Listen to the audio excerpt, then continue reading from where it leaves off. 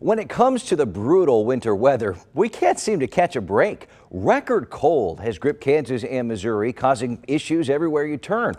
If it feels like this is rare, you're right. We're seeing one of the coldest stretches on record in Kansas City. At its worst, our low dropped to 16 degrees below zero, with wind chills much colder, down to 35 below. We saw 7 straight days below freezing, a streak broken by one balmy 33-degree day, and we're back in the cold right now. As the temperatures plunged, several communities took precautions, including Kansas City, Missouri, which activated its cold weather plan. That opened up warming centers and more space at 7 local shelters across the city. Staffers and volunteers have been working around the clock to bring people in from the cold and make sure they're okay. If I know anything about the providers, and we meet every week, they will do everything they can to get as many people in as possible. If it means reconfiguring hallways into livable space, that's what's going to happen. We want to protect life and limb out there. It's a big deal. Many shelters stayed over capacity, working to save lives and provide comfort in the continued cold. Hope Faith Homeless Assistance Campus is at the top of the list of the cold weather plan. Executive Director Doug Langer joins us here on Heart of the Matter. Thank you so much for being here during what is still an extremely busy time. Yeah. The end is in sight for this cold stretch. It looks like this coming week is going to have better weather. That has to be a relief for you, your people, and the people you serve. It is, because, I mean, these days like this that we've been having in this cold snap and the cold today, again, it can mean life or death to people that have been living out on the streets. And so any warm weather that can be sent our way is definitely a relief. Put this into perspective for us. How great is the need right now? Yeah, I mean, every night, us and our partners who are trying to work with this, bring people off the streets, get them out of the cold, get them out of this dangerous weather. It's overwhelming, you know, but we've been planning for this. So we're finding every space we can so that no one is left out in the cold. But it's just a big thing, you know, that people need off the streets every day of the year.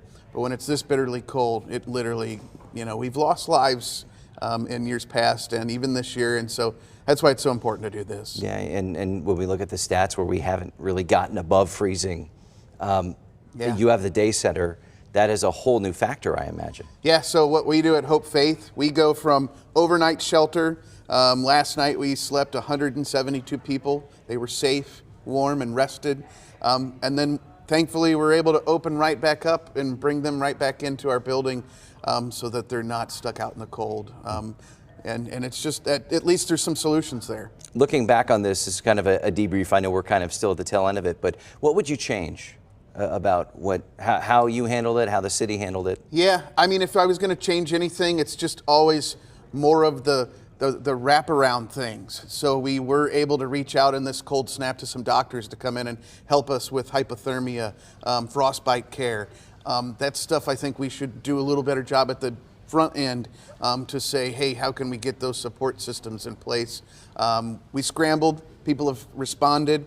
I also think, gosh, the thing you don't think about is warm weather gear, that while they are coming inside, some of them have been out for so long that and have to go take care of business during the day, that if we can equip people with warm weather gear, that would be fantastic. Just always have to be forward thinking in this kind of business. Absolutely. With all these people coming in, I imagine resources are stretched very thin right now. What are your biggest needs and how can people help?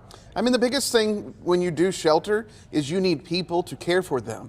So obviously that means personnel. So thankfully, there was an investment by the city to let us do this, and we're meeting that need. But I think it's also that daytime stuff. That's where the real work gets done, of not just having someone be restful, Cody, but it's how do we move that person on to their goal around housing, around mental health care, for some people needing substance abuse care.